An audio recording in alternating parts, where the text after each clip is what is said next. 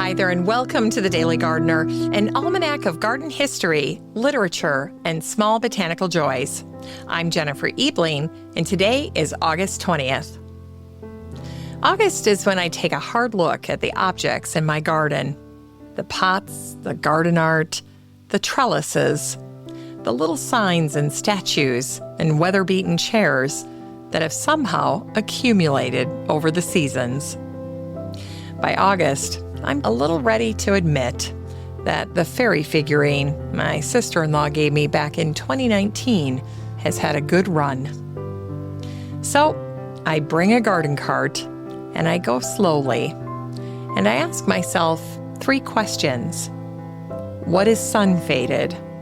What isn't me anymore? What is broken? That little plastic gnome in the fairy garden that was so charming 5 years ago is now faded. And that cute sign I bought on vacation just isn't me anymore. And of course, there's terracotta pots that are cracked or broken. My garden accumulates objects almost as fast as the mudroom. But here's the difference. The things in the garden are cleverer. They have help. The foliage moves in front of them in the summer, and the snow buries them in the winter.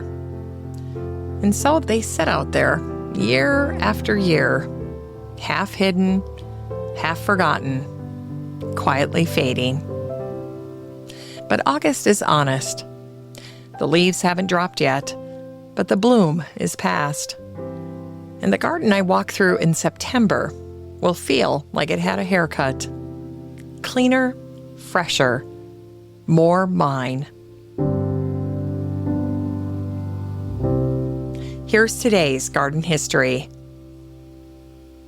It was on this day in 1881 that the American poet Edgar was born in Birmingham, England. Edgar's parents came to Detroit when he was 10. His dad lost his job 2 years later, and so Edgar went out to find work after school. At 14, he was hired as a copyboy at the Detroit Free Press. When he turned 17, his dad died, and Edgar left school and started working at the newspaper full-time. He stayed there for almost 65 years. One of the jobs they gave him initially was clipping little poems out of other newspapers to fill the empty space in their own. Soon Edgar started writing his own poems to fill the space, and the newspaper printed those instead. Edgar wrote about 11,000 poems, and they ran in 300 newspapers. They were so sweet that people would cut them out and keep them. One of his poems is called Hollyhocks. In it, Edgar names all the old-fashioned flowers that he loves. The morning glories, the pansies, the violets stolen out of a glade. He said, "The mother loved them years ago. Beside the fence they used to grow."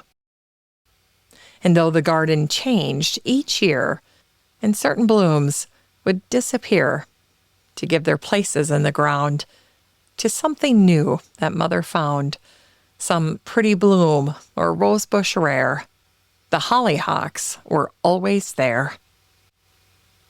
It seems but yesterday to me, she led me down the yard to see the first tall spires with bloom aflame and taught me to pronounce their name. In April of 1932, during the worst year of the Depression, Edgar put another piece of his writing out on the wire. It wasn't so much a poem as an instruction, and it runs through everything a person might be short of: money, company, or even a reason to get up. And he gives the same answer every time.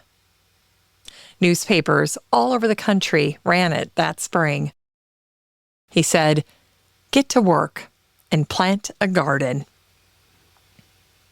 And it was on this day, in 1889, that the Brazilian poet Coralina was born in the town of Goiás in the middle of Brazil. She was born with a very long Portuguese name that started with Ana, but she ended up calling herself Cora Coralina because she thought her given name was too ordinary. Cora got as far as 3rd grade for schooling. She had 6 children and buried 2 of them. And for most of her adult life, she made and sold sweets for a living. Crystallized fruit, mostly. And she wrote poems on scraps of wrapping paper while she waited for the sugar to come up to temperature. She published her very first book of poetry at 75. Nobody much noticed for 15 years. But then in 1980, the poet Carlos Drummond de Andrade read her work and wrote about her in the newspaper. And that's how Brazil discovered Cora Coralina at 91. She died 4 years later at 95. One of her poems is called A Nina and Her Stones, and it's about a woman who finds her life in pieces around her and then has to decide what to do with those pieces. In it, Cora Coralina tells the reader to remake her life always and to take away the stones. She says, plant rose bushes and make sweets. Begin again. And it was on this day in 1975 that the American poet Matthew Dickman was born in Portland, Oregon. And so was his brother Michael, about 20 minutes earlier. The two are identical twins, and they're both poets. They grew up in a working-class neighborhood on the eastern edge of Portland, in a house with 4 generations of women in it. Matthew writes about family the way other people write about weather. Constantly, as though there were no way around it, and the plants keep turning up in the middle of it. There's a poem where he stands in a field of bluebells, holding his baby son. There's one where grief arrives as a purple gorilla who hums to himself, the way Matthew's brother hums when he is gardening. And then there's one called Lilac, and it gets Matthew back in the yard he grew up in before the second line is over. He said, one look at the lilac, one smell, and then he lists all the things from his childhood that come rushing back to him. It's time to grow that garden library with today's book, The Weekend Gardener by Henry Egg. Henry built his own garden on weekends around a full-time job and a family, and then went and qualified as a garden designer. So this book is written by someone who knows exactly how much a person can get done in their garden between a Saturday morning and a Sunday night. And that's what makes this book different from every other beginner's garden book on the shelf. Because every job in this book comes with a time estimate. Not a difficulty rating, not a price, the number of hours. Some jobs take an afternoon, some take the whole weekend. And once you see that on the page, you can stop putting the thing off because you finally know what you're agreeing to. And the part that most books skip is the last one, maintenance. What will the garden ask of you next year, and the year after that, and the year after that, once the building is all done and the photographs have been taken? This book moves through 4 stages.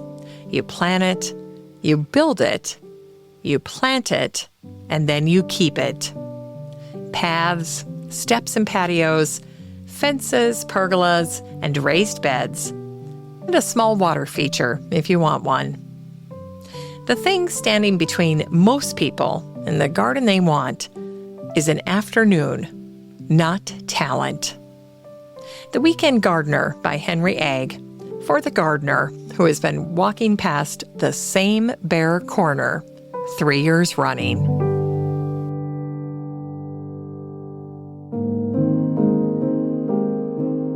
And finally, here's something new and sweet to ignite the little botanic spark in your heart. Today's fictional correspondence comes from the American poet Chase Twitchell. Dear Daily Gardener, it's chilly here today. I'm writing to you from the Adirondacks, where I can feel summer giving way. You asked if I had a favorite spot in nature. Well, when I was a girl, there was a spot in the woods where I loved to hang out. I'd sit on these big old rocks that somehow managed to stay cold all summer, no matter the temp. Then I'd let my mind go quiet. Years later, I wrote a poem about it called Tea Mind. Those woods and rocks were where I learned to think. I've been a lot of places since. Alabama, even Iowa, 9 years in New Jersey. But eventually I came home, as in home. My family goes back 4 generations in this valley.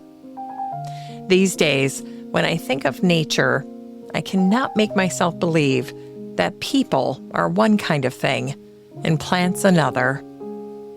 I've watched us grow toward what we want, go dormant and come back, and throw everything we have into a single season and call it a life.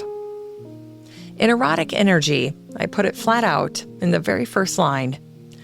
I said, "Don't tell me we're not like plants." I know you get it. Fondly, Chase. P.S. I was glad to hear you loved my old book called Dog Language, but I'm even more tickled that Max was a fan as well.